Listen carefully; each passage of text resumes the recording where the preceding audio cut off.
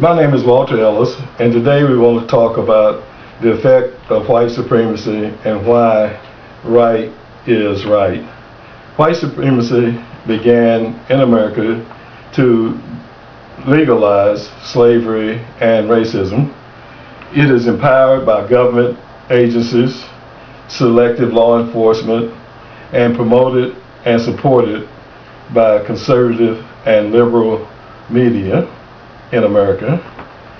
Black nationalists, as Reverend Wright, fills a vacuum in the African American community. He is needed to combat white supremacy. Black nationalists, as Minister Farrakhan of the Nation of Islam, is necessary, and he is supported by the majority in the black community. Black nationalist organizations, as Bringing Back Black, are needed to combat the negativism of white supremacy and racism that is so rampant in white America. Therefore, this is our belief that right is right. Democracy, which should include equal opportunities for all Americans and need to be instituted in this country before we insist that China, Iran, or any other country address their human rights issues. Another reason right is right. Other countries' human rights violations are most often based on class. America's human rights violations are against people of color, hurting both whites and blacks. These violations are allowed to magnify with the assistance of selective law enforcement and the support of the white media.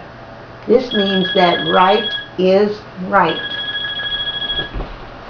Once blacks in America get involved in the internet, a movement will take place to create a change in America. Once African Americans and all Americans can understand the effect of white supremacy and take on this system of superiority and racism, only then will we realize that wrong is wrong and right is right.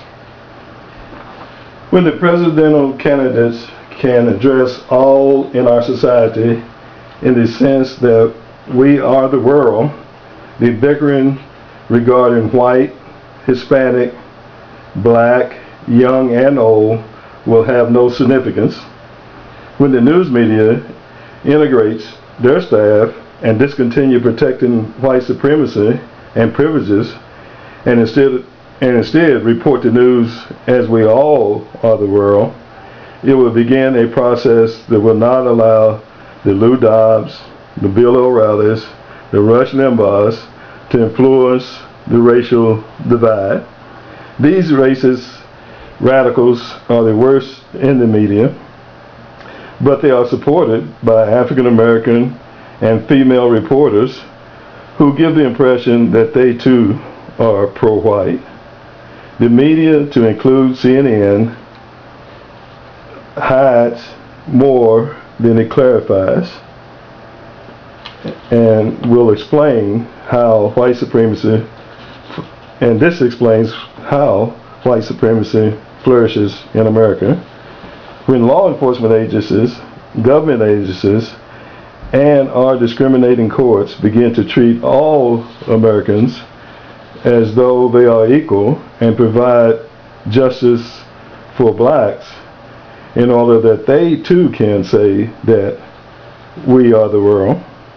When companies that are built on slave labor begin to pay a living wage to all their employees and allow an equal opportunity for advancement, then blacks, Hispanics, Native Americans can say that they are a part of we are the world. As for me, I intend to vote for the candidate who realizes the importance of addressing these issues, to end white privilege, to make America the country that can say that they support liberty and justice for all, and not as the racist that is now in the White House, who campaigned and won by indicating his belief in liberty and justice for white folks. We need to set a system in place to where everyone can say and believe that we are the world. Thank you for listening.